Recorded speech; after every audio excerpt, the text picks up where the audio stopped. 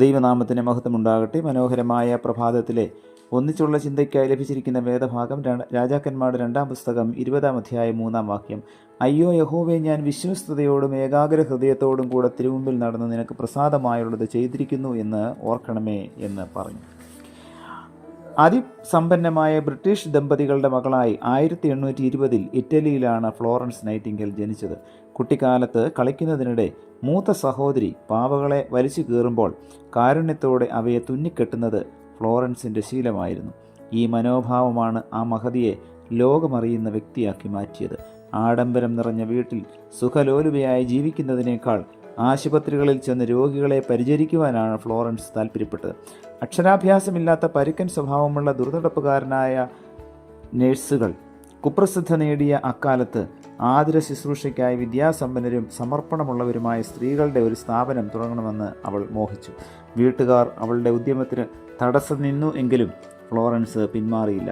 ആതുര ശുശ്രൂഷയെക്കുറിച്ചുള്ള ലഘുലേഖകളും മെഡിക്കൽ റിപ്പോർട്ടുകളും വായിച്ച് തൻ്റെ ദൗത്യത്തിനായുള്ള തയ്യാറെടുപ്പ് അവൾ നടത്തി.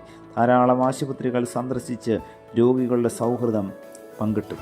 1854 ക്രിമിയൻ യുദ്ധം പുറപ്പെട്ടപ്പോൾ മുറിവേറ്റ സൈനികരെ ശുശ്രൂഷിക്കാൻ 38 നേഴ്സുമാരുടെ സംഘവുമായി അവൾ യുദ്ധഭൂമിയിലെത്തി. യുദ്ധത്തിൽ മരണം മുഖാമുഖം കണ്ട സൈനികരെ അവർ ശുശ്രൂഷിച്ചു. അക്കാലത്തെ മാധ്യമങ്ങൾ തങ്ങളുടെ സേവനത്തെ പ്രകീർത്തിച്ച് വിളക്കേന്തിയ വനിത എന്ന വിശേഷണം ഫ്ലോറൻസിന് ചാർത്തിക്കൊടുത്തു. ചെറിയൊരു വിളക്കുമായി ആശുപത്രി മുറികളിലൂടെ രാത്രിയിൽ പോലും മുറിവേറ്റവരെ സന്ദർശിച്ച് ശുശ്രൂഷിക്കുവാൻ ധൈര്യവും സമർപ്പണവും ഫ്ലോറൻസിൽ നിറഞ്ഞിരുന്നു. പ്രിയമുള്ളവരെ, എളിയവരെ ആദരിക്കുകയും മറ്റുള്ളവർക്ക് ശുശ്രൂഷ നൽകുകയും ചെയ്യുവാൻ തക്കവണ്ണം നമ്മുടെ ജീവിതത്തെയും ക്രമീകരിക്കുമ്പോഴാണ് നമ്മുടെ ക്രിസ്തീയ ജീവിതം ഏറ്റവും അർത്ഥവത്തായി മാറുന്നത്. ഇപ്രകാരമുള്ള വിളക്കേന്തിയ വനിതയെപ്പോലെ നമ്മുടെ ജീവിതത്തിലും മറ്റുള്ളവർക്ക് വെളിച്ചം പകരുവാൻ, മറ്റുള്ളവരെ ശുശ്രൂഷിക്കുവാൻ ഈ പ്രഭാതത്തിലെ വചന കേൾവി നമ്മെ ഓരോരുത്തരെയും സഹായിക്കട്ടെ. പ്രാർത്ഥിക്കാം. പ്രിയ കർത്താവേ, നൽകിയ വചനത്തിനായി നന്ദിയോടെ സ്തോത്രം. അശരണനെ സ്നേഹിക്കുവാനും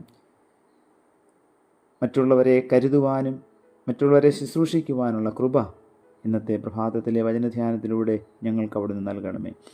കേൾപ്പിച്ച വചനത്തിനായി നന്ദിയോടെ സ്തോത്രം. പുത്രൻ്റെ നാമത്തിൽ പ്രാർത്ഥന കേൾക്കണം പിതാവേ.